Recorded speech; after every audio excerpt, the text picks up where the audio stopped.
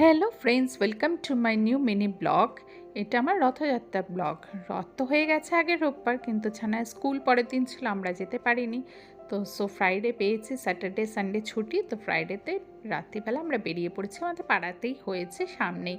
দেখতেই পাচ্ছ, বুঝতেই পারছো রাস্তা দেখে। তো আমরা রথযাত্রার মেলায় ঠিক ঢুকে পড়েছি। এ দেখো গেট। আর আস্তে আস্তে ছানার বাবার হাত ধরে যাচ্ছে জগন্নাথ, বলরাম, সুভদ্রা।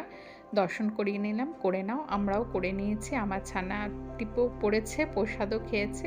তারপরে সে চকলেট আইসক্রিম খাবে, অন্য কোনো আইসক্রিম খায় না। আর সে কোনো রাইড চড়বে না। তো আমি ঘুরতে ঘুরতে চলে আসলাম আমার সাজাগোজার দোকানে। ক্লেচার কিনে নিলাম দুটো, স্টোন ফিটিং কিনে আস্তে আস্তে ঘুরতে ঘুরতে কত রাইড বসেছে, কোনোটাই চড়বে না। তো এখানেও বোটিং করবে না সে।